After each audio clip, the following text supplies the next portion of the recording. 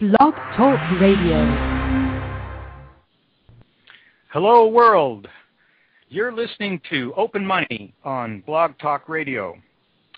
I'm Ernie Yacub on the northwest coast of Turtle Island. Michael Linton is the designer-developer of Let Systems, the most widely used community currency in the world, and he's close by in the neighborhood. Hello, Michael. Hello, Ernie. Colin Stark is the Vice President of Canadians for Direct Democracy, and he's in Vancouver. Hello, Colin. Hello, Ernie and Michael. Hello, Colin. So today we're going to talk about money and democracy, and you guys are the experts. So why don't we start with you, Colin, and why don't you tell us what democracy means? I mean, we need to define our terms, don't we? Oh, absolutely. And I want to make it clear that we're not talking of the politician's definition of democracy. We're talking here of direct democracy, which is the closest, the system in Switzerland that's been operating there for 140 years is probably the closest practical example of what exists under the name of democracy on this planet. And we define it as direct democracy, the right of citizens to hold referenda on any issue. So that's a right, not a privilege. And to hold a referendum, not a plebiscite, or even worse, a poll. And it's the right of citizens to hold it on any issue. So it's not that the government can say, oh, we're going to have a referendum on the Olympics. We want your support, so we'll do a dog and pony show and have everybody vote for the Olympics. No.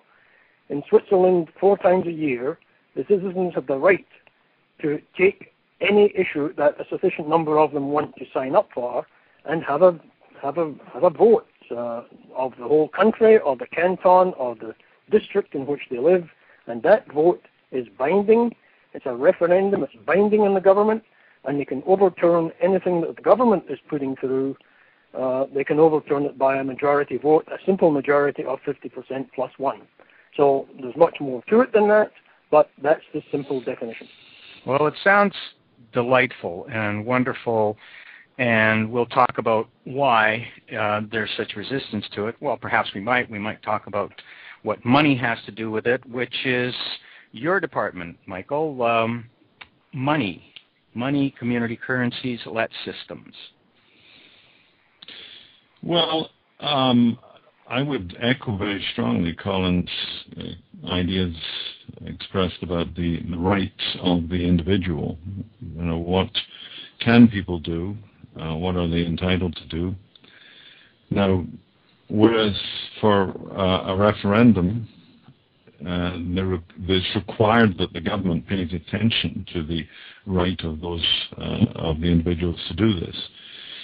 With money, we're in a different place. We can create forms of monetary network, which are a form of voting, a form of setting the world the way you want it to go.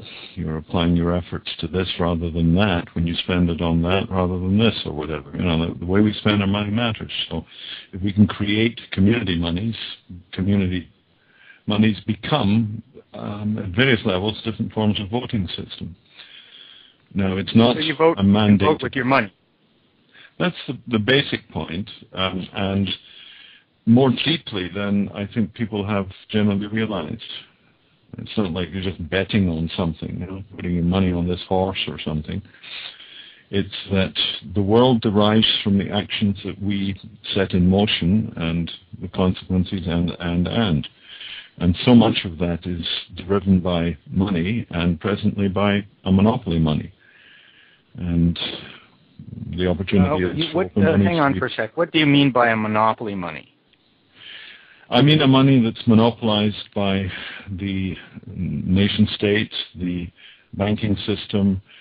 The conventional financial institutions have given us singular legal tender in almost all modern nation states.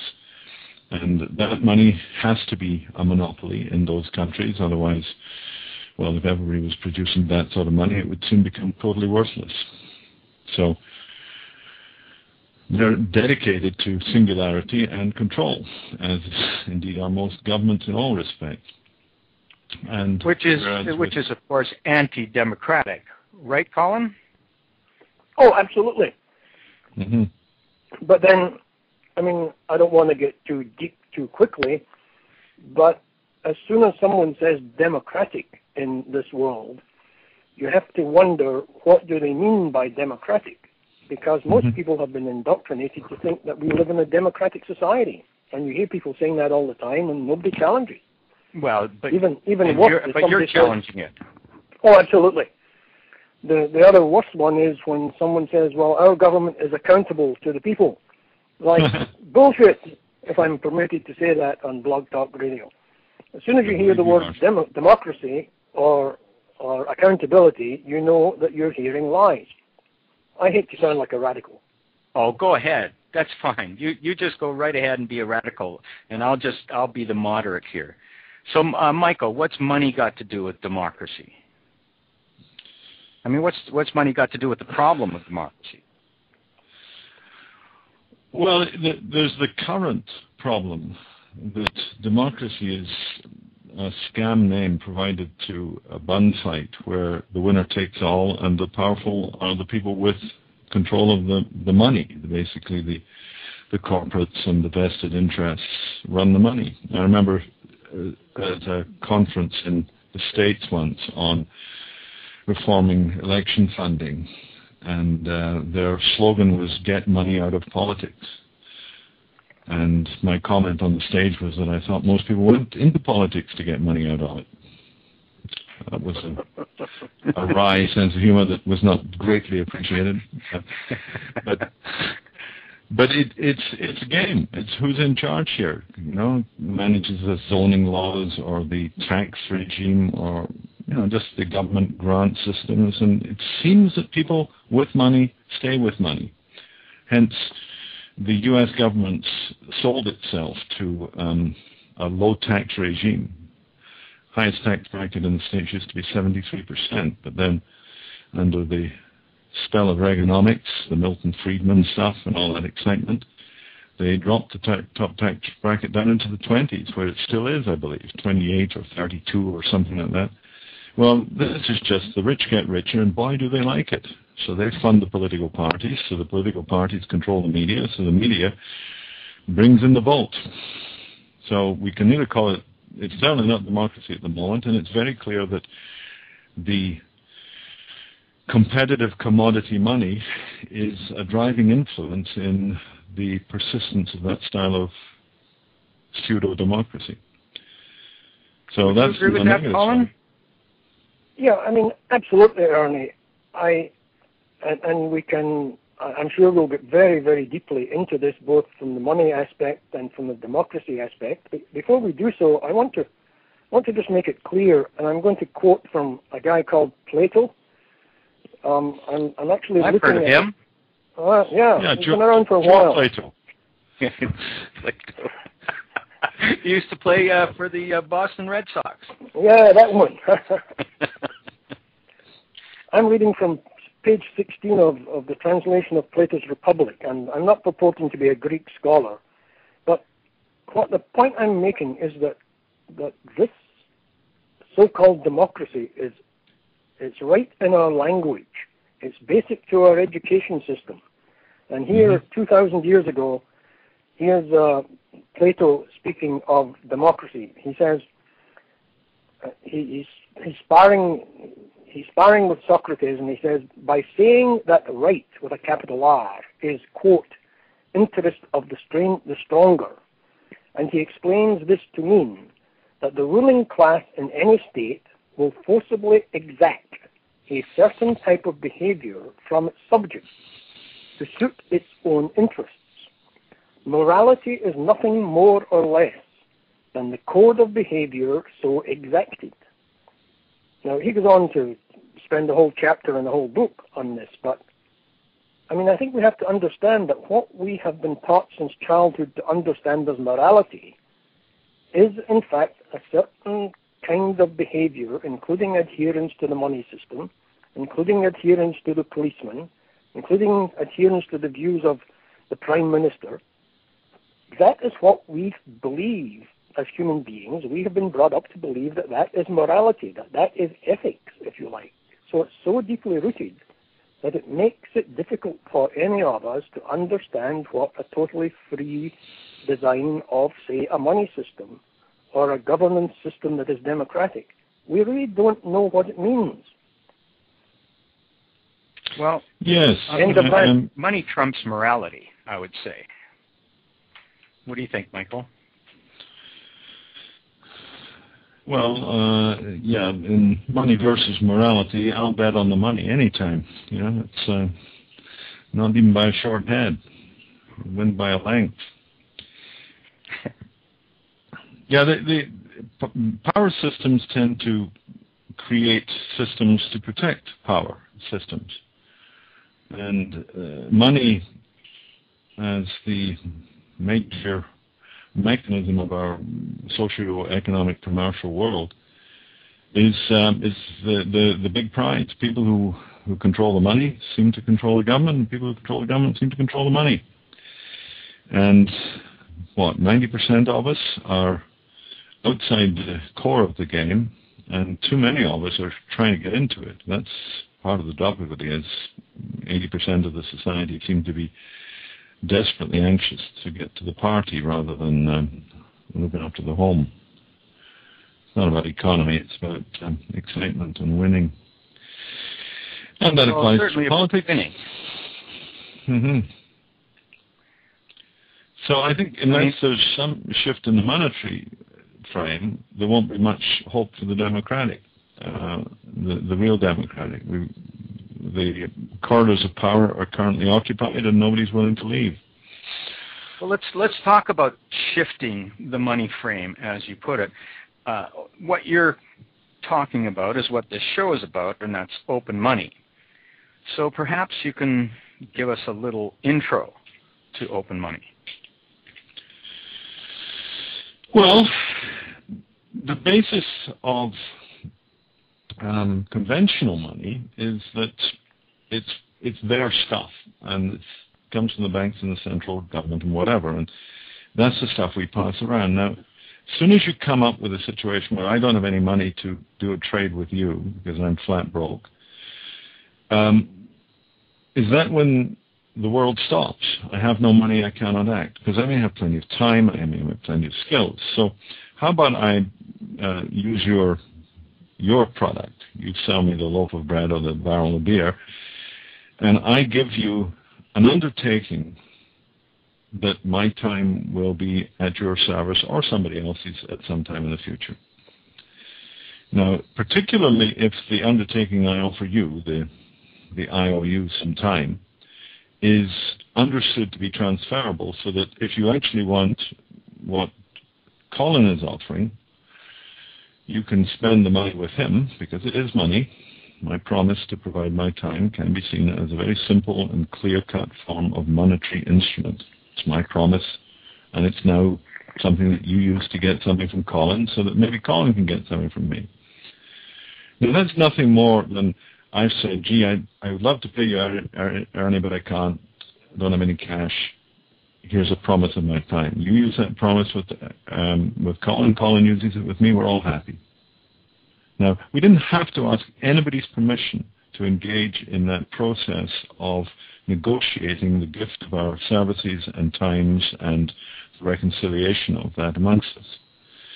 And that's what open money is. Open money is just making the statement of, come on, guys, wake up.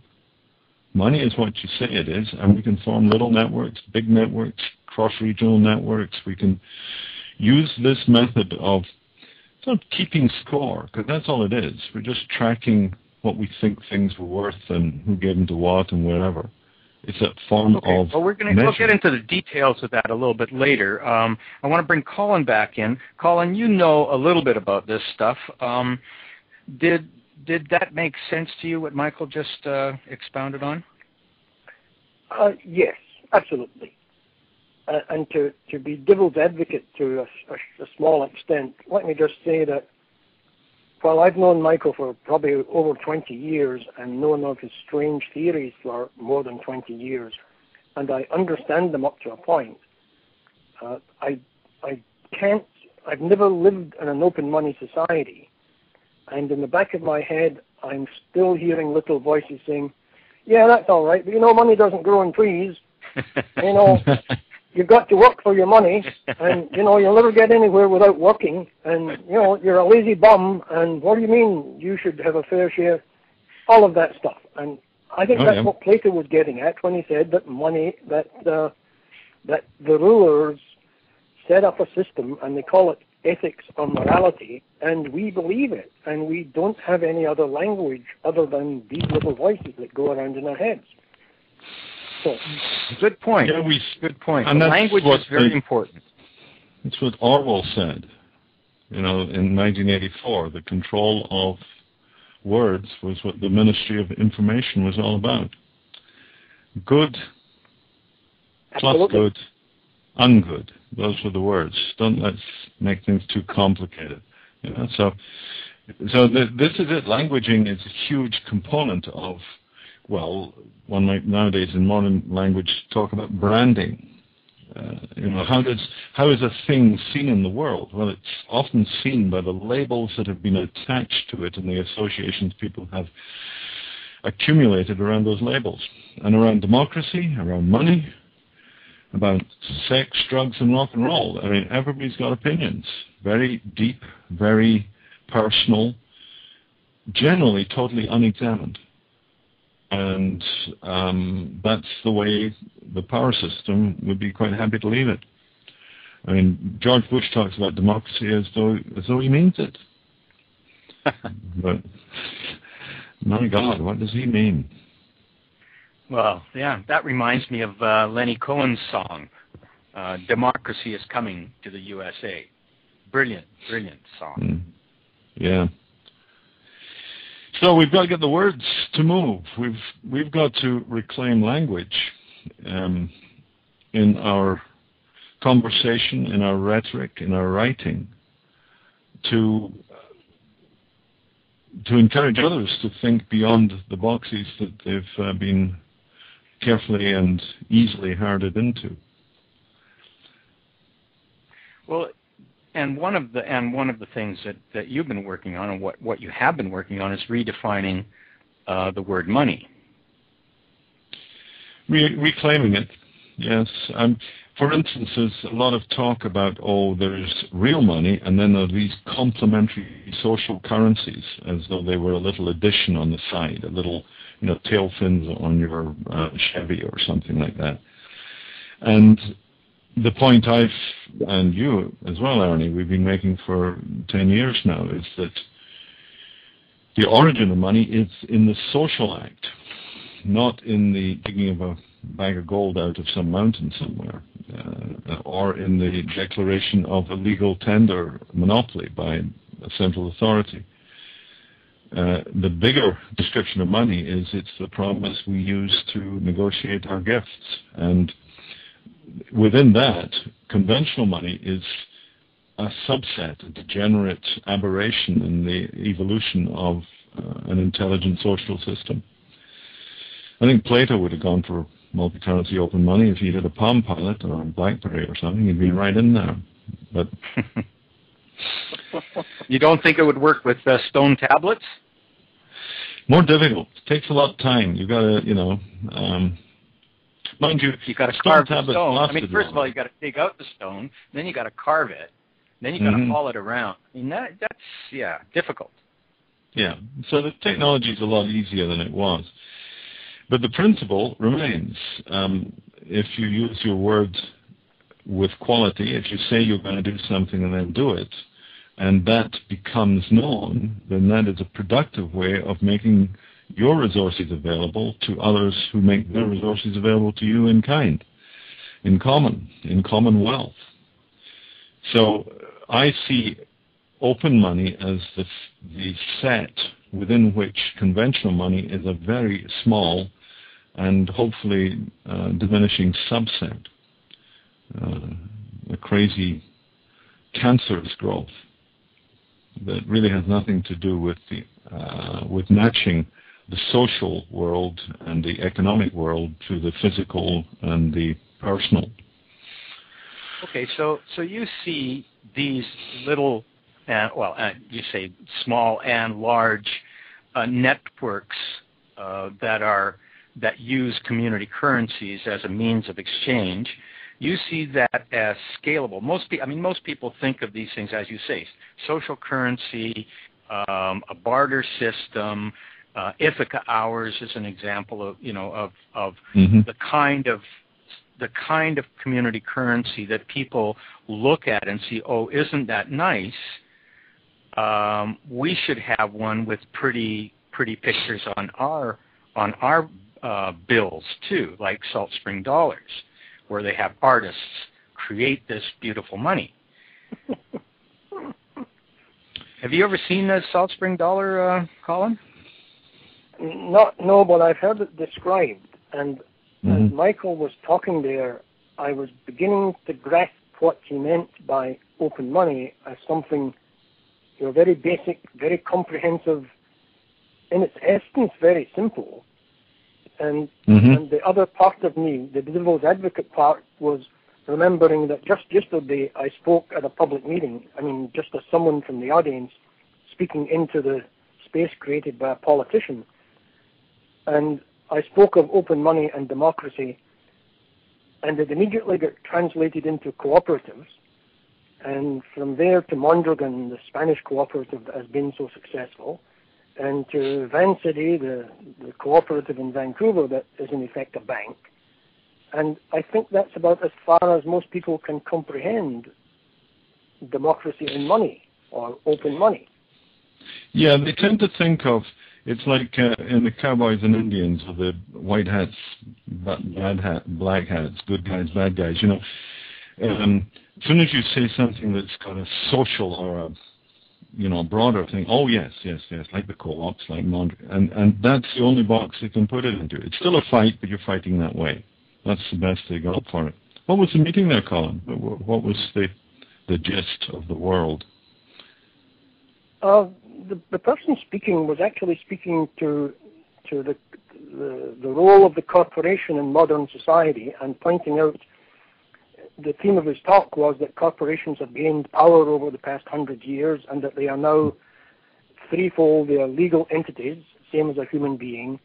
Their liability is limited. And the third thing was the major point, that they now have, by United States law and confirmed by the Supreme Court some years ago, they now have an actual legal obligation to maximize their profits. And any other obligation they have to shareholders, customers, or anything else is secondary to their legal obligation to shareholders to maximize their profits. So into that, it's a very sympathetic topic to me, but when I tried to point out that that was a very small part of democracy and money, and we got into the Mondragon and the cooperative Vancity thing, the speaker, to his credit, he ran away into Ithaca currencies and said, yes, I know about that, and and he ran off into the Ithaca money type play. Now, he was being as genuinely knowledgeable as he possibly could be, and he's a very knowledgeable person. I don't want to name him. Who is this knowledgeable person? I'm sorry? You don't want to name him, did you say? Well, I'd rather not, because he genuinely is a politician who understands more than most politicians about these things. Well, he might want a plug. If he's a politician, he's obviously going to want a plug. Well, if we can give him a plug by having him on the show sometime. For the moment, only if we know his name. Remain as I know his name. I think that's an oxymoron, anonymous politician. Well, he's just a young fellow. A young fella, right? Okay. A fresh moron, not a fully developed one. So, in this talk about corporations maximizing profits, was the word money used? I think profit was the word that was used rather than money. Was the word money used? Probably, but I don't really know. Yeah. And most people don't distinguish between money, profit, gross margin. I could get into all sorts of technical accounting terms as to what profit is or what money is, but it's all gobbledygook. Yes, it's about accumulating power, assets, control. That's really the corporate structure. Is this amazing redefinition of how people can come together and be both responsible and irresponsible. And this judgment you just cited, Colin, that the shareholder profit is the highest value and must be respected before all else in the due except for the performance. CEO's profits, money. Well, no, he's got to. He all sits inside the shareholders, and the argument is if the CEO is making a pile, then so the shareholders are too, because everybody's happy at the rapacious behavior of this irresponsible bunch of money-grubbing bastards. And that's what we come down to. It's all about the money. It's all about the fight. It's all about the competition. And competitions and fights are created by the lack of better alternatives, the lack of negotiated collaborations and comfortable relationships and win-win frameworks. Conventional money, conventional politics, conventional warfare has always been win-lose stuff, and boy, it's staying that way. And we've got to evolve a different strata to society. And I don't want to talk elitism here. I'm not saying this is only for the good guys. I'm saying who wants to play this game? They're playing with guns and knives on this side of the room. Who wants to come over here and play with teddy bears? Teddy bears. Cuddly toys. Anyway, we're about halfway through the program. We've got 33 minutes remaining. I thought maybe I should let people know that they're listening to Open Money on Blog Talk Radio. My name's Ernie Yacub. I'm talking with Michael Linton and Colin Stark. We're talking about money and democracy, and we're going to take the time remaining, the next half hour, to go a little deeper into the soft money. That's for you, Michael, soft money. Deeper into the soft stuff. Well, I think in relation to this general concept of democracy, which I think it would be useful for Colin to remind us. Give us the soundbite, the meme to end all memes about democracy, Colin. Direct democracy. Take it away. Direct democracy is the right of citizens to hold a referenda on any issue. Binding referenda, right? By definition, a referendum is binding. Okay. Plebiscite is non-binding. I see. The language has been shifted in the past 50 years. Again, the language problem. Yeah. Actually, before you go on here, Michael, I thought maybe I should let people know that there is a chat line that goes with this program, and people can send us a note, let us know if you're out there listening, or a question, or you want in on the conversation. Drop us a note on the chat line at BlogTalkRadio/openmoney. If you want to know more about community currencies, open money, mutual credit systems, let systems, first place to go is lets.net. And these URLs are up on the chat line as well. Openmoney.org, openmoneyeditme.com, that's openmoney.editme.com, and openmoney.info. All of which will and the Direct Democracy website. Oh, darn, the Direct Democracy website. I didn't even put it there. Well, we got 3 people. We got Jester leaving. Did you see this? Jester joined the room. Guest joined the room. Jester left the room. That's on our chat, by the way. Yeah, I may be the guest. And give us that URL again, Colin.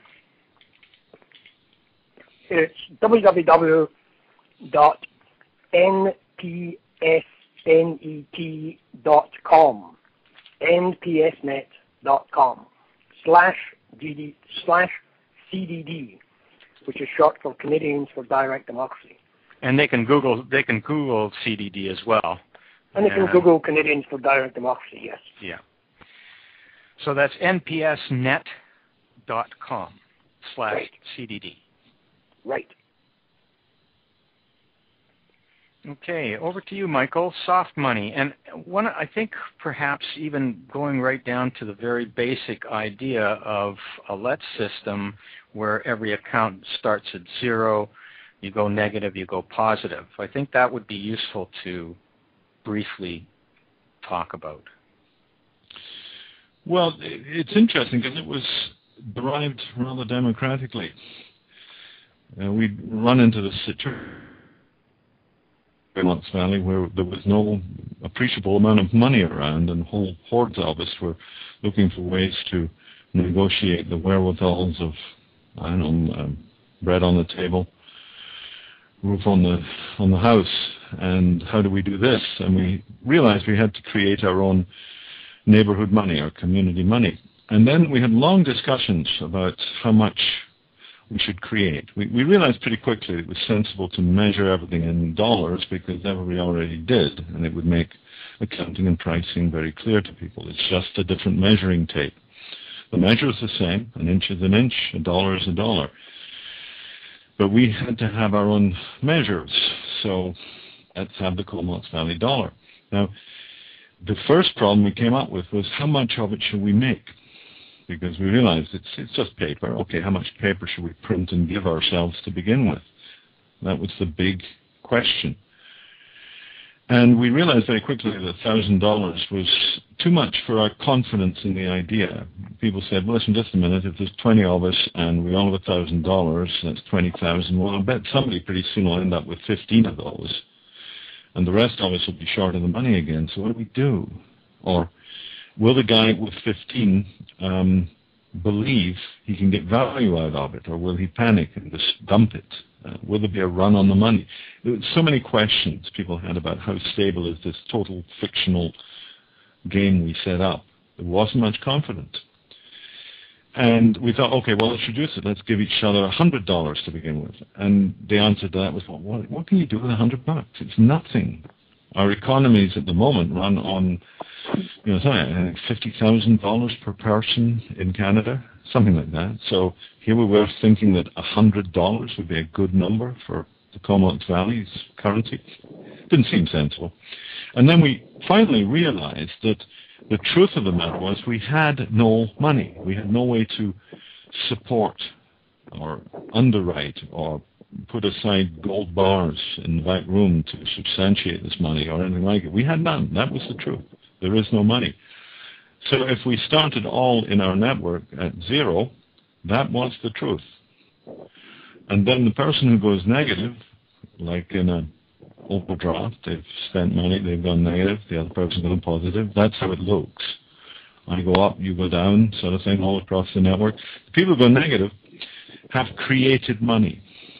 They have said, my position in the network at minus $500 means that $500 of my time or goods will be available to other people who show up and want to buy them.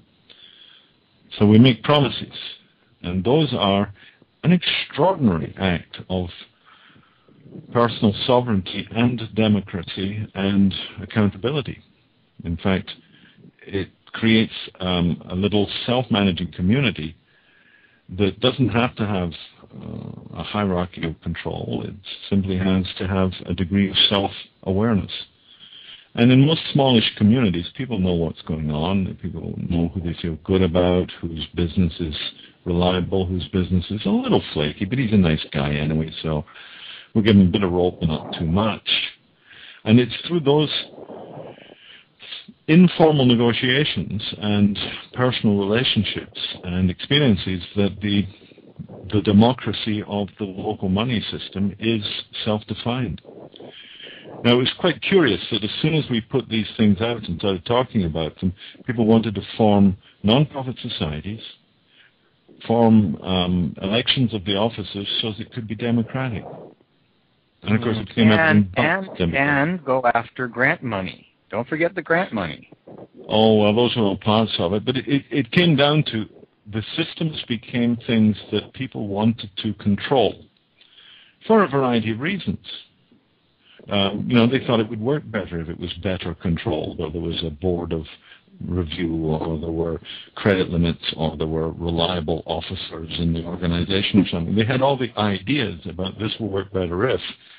And so they implemented the instrument that they thought was democratic, which is one person, one vote once a year, and then we have a committee. And of course, it's everything but democratic. It just carries the label and gives people the sort of the sense of political correctness, or we're doing the right thing. You can't point your fingers at us and say we're radical. We're really nice people. And every piece of so-called democracy that was inflicted upon the LET systems was extremely counterproductive. Death by committee.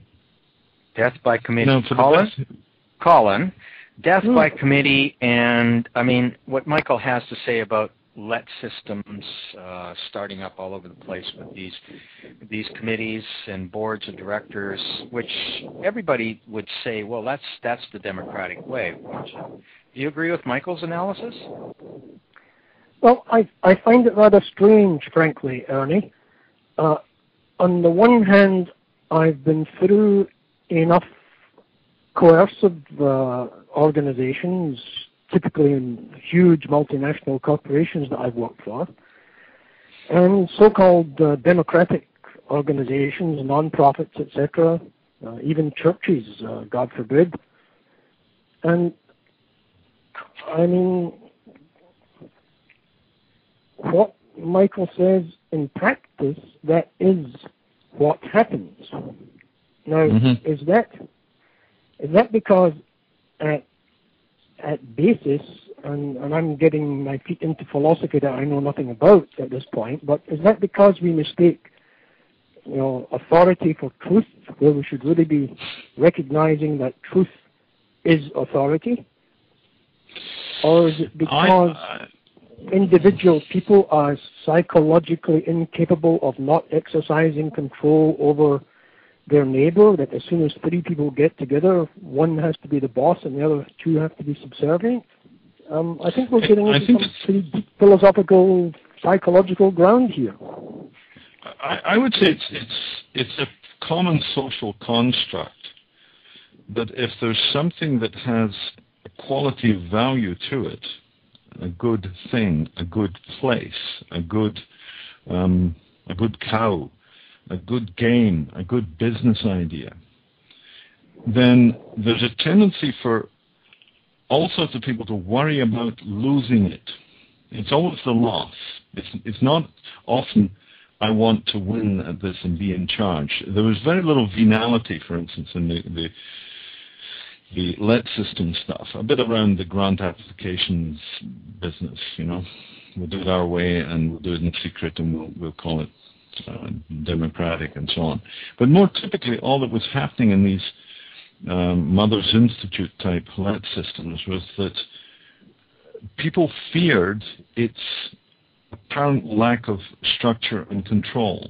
It was like they were being given a bicycle and they wanted tricycles or four-wheel vehicles. They didn't trust anything with less than four wheels. So as soon as you give them a bicycle, they strap two of them together and, that's it. And now we're safe.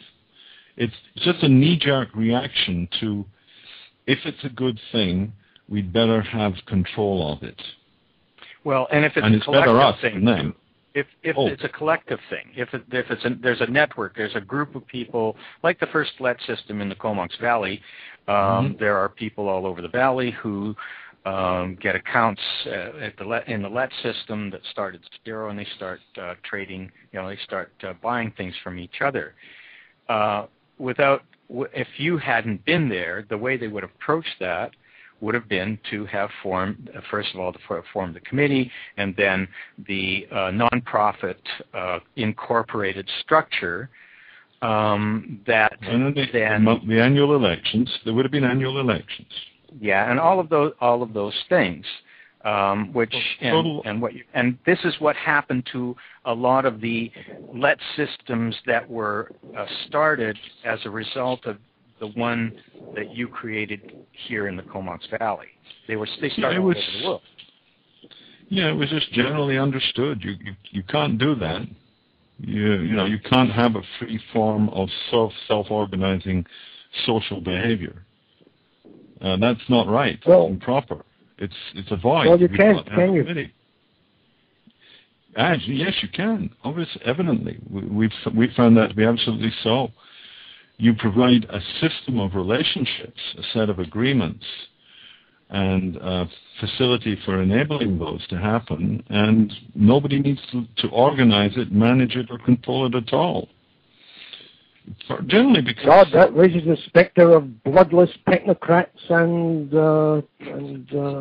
nerds running a computer-based monster that gets out of control and destroys the whole world. Hey, I'm scared. Yeah, I bet no need to be scared, Colin. Actually, it's only people of our generation that would be scared. The people that are on Facebook and MySpace and Google and Yahoo and all that, they've got all kinds of these networks going that like don't eBay, have any hierarchical structures to them at all. Well, I mean, that may be, and I understand what you're saying, Ernie. And at one level, I'm really just trying to point out as consciously as I can that, and I'm taking the part of the fearful human being that is out there somewhere. I mean, not you, me, or Michael. That is still a child with a reptilian brain, And let me give you an example. Reptilian brain, did you say? A reptilian brain, yes. Let me give you an example of, as you know, Ernie and Michael too, about 25 years ago, I guess, there was a book published called Love is Letting Go of Fear. It's still a current title, and you can still pick it up, and it's still very, very true. Now, it was the first of probably hundreds, maybe even thousands of books published about a philosophy which I've actually been studying quite deeply in the past 18 months. And fear is so deeply rooted within us that there are only two emotions according to this philosophy, love and fear. And in my involvement in the past 18 months with very advanced practitioners of this philosophy, it's very difficult, even for the most advanced of them, to do the most simple transaction, like cut a carrot into two pieces. That simple, without encountering fear. Fear of the carrot. Be very afraid. Yeah, I know. I do accept this. I think it's the nature of the psyche that it operates at the edges of its own comfort. It doesn't notice things until it notices it's threatened at some level. So the desire versus aversion dimension, the love-fear, is always a dimension that people are susceptible to. And we do have to address what people's fears are. That's absolutely critical. But not everybody's. We don't have to try and develop a communication about this that will reach everybody in the Lower East Side or everybody in Alberta or whatever. You actually only have to find that very, very small strand of people, that thread of interest and excitement that comes with people who are less afraid. If they're afraid of anything, it's being too late. They want to be there first. They want to see the new ideas. They're willing to check things and see what they're like. And if we can pick up some interactions with, one person in 40, about 2%, 3% of the community will respond to different ideas than the ones that they've been fed for the last 40 years of their lives. So the fear thing is there, but we can go. I think it's also in the practice. I think it's also in the doing. And as soon as there is a robust community currency system, open money system in one place, people will begin to do it all over. They'll be like mushrooms. Yeah, it's like the first one will create more reality for others. It's a lot like bicycles. And more comfort. It's more comfort. And I don't know. If you think about bicycles, seeing is believing. Seeing is believing. If you've never seen a bicycle and somebody sends you the parts in a box and says, put this together, here are the instructions, now get on and ride it, the first reaction has got to be, you're crazy, that's nuts, it's not going to work. And so typically people would put a third wheel on it, or they would secure the steering, because obviously the steering would make it inaccurate. So what they do instead is they fix the steering so that it can only go in a straight line. In fact, it might be nice to have it in tram lanes or something. So the original concepts of the bicycle could get very easily and logically reorganized by a fearful society into something else. But when you've seen half a dozen kids pedaling around the street on bikes, you're 4 years old, and you know everybody who's more than 4 years old rides a bike. You don't have the slightest doubt in the institution. You have fear that you're going to fall off it, but you don't fear that the bicycle will not work. And there will come a time when people will see community currencies like bicycles. It's got two wheels. It moves. That's it. Ernie? Yes, Colin. Yeah, let me jump in again on both sides, as I seem to be testing myself into that role. Watch the fence as you go. Watch where the fence ends up. Careful. I took